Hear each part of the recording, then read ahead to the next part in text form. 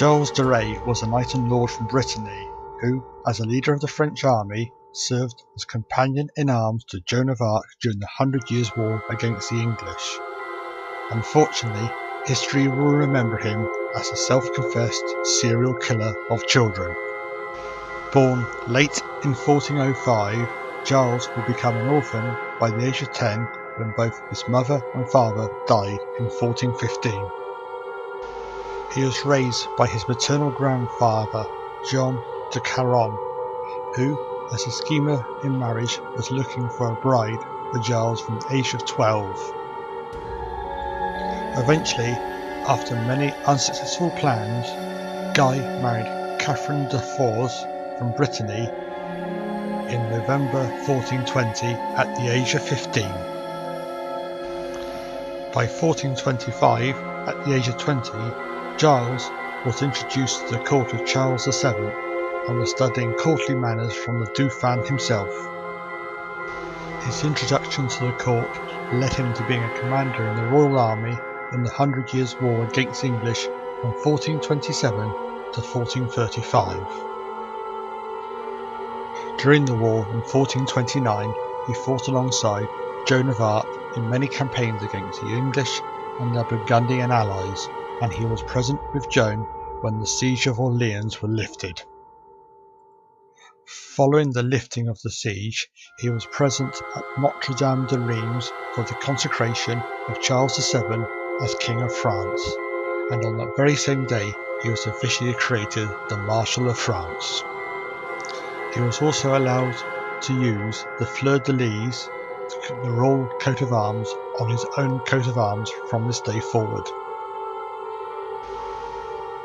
In May 1431, Joan of Arc was burned at the stake in Rouen.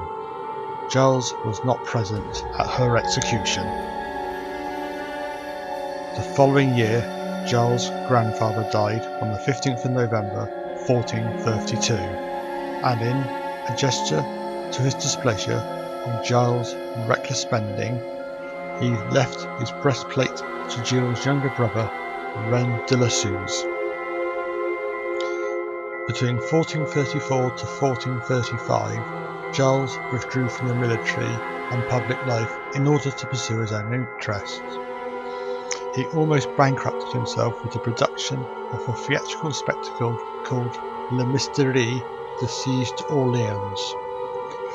Such was his public spending, the public appealed to Pope Eugene IV to try and disavow the Chapel of Holy Innocents which Gilles had built. A royal edict which prevented Gilles from selling any more property to cover his losses forced him back to Brittany, where the edict was not in force.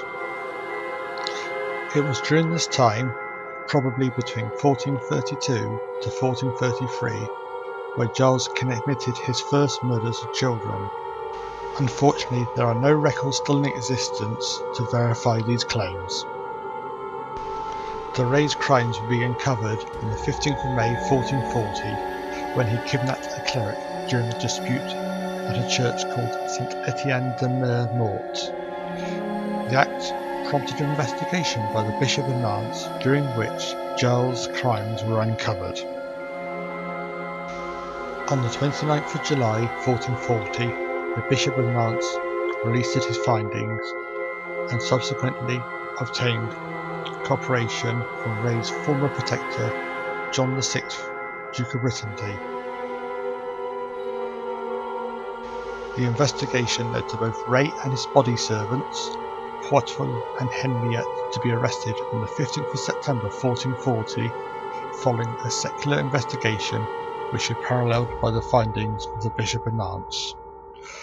The crimes would include charges of murder, sodomy, and hearsay.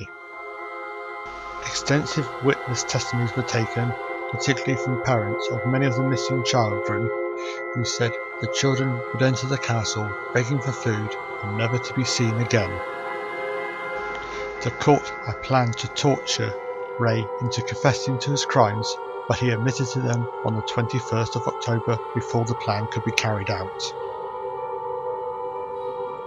It is not known exactly how many boys were murdered at Giles's hand, but generally the number is placed between 80 to 200, although many people have conjectured it could be upwards of even 600.